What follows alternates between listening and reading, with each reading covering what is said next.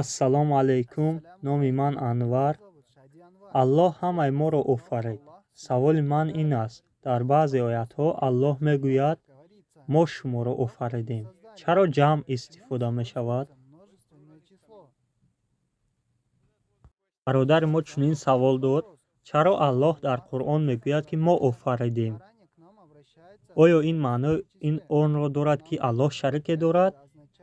Бародар, дар забони арабӣ калимаи мо ду маънӣ дорад.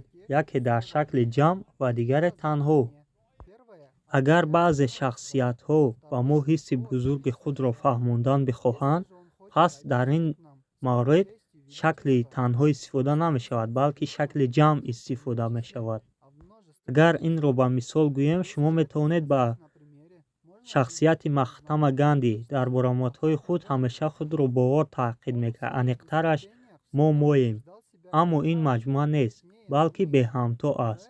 Ва ба ҳамин тариқ Аллоҳи Корбар дар баъзе оятҳо мегӯяд, ки мо, ва дар оятҳои дигар мегӯяд ман. Калимаи мо дар забони арабӣ ба маънои ҷамъ истифода намешавад, балки ба маънои шаъну шараф ва боло бурдан истифода мешавад. Барои ҳамин Аллоҳ мегӯяд, ки мо шуморо офаридем. Дар Қуръон дар сураи Ихлос дар шумораи 112 дар ояти аввал Аллоҳ мефармояд, ки бигӯ Худо яктост. Бародарам, бо Аллоҳ ҳеҷ шарике нест. Ӯ якто аст. Умедворам ба саволат ҷавоб дода бошам.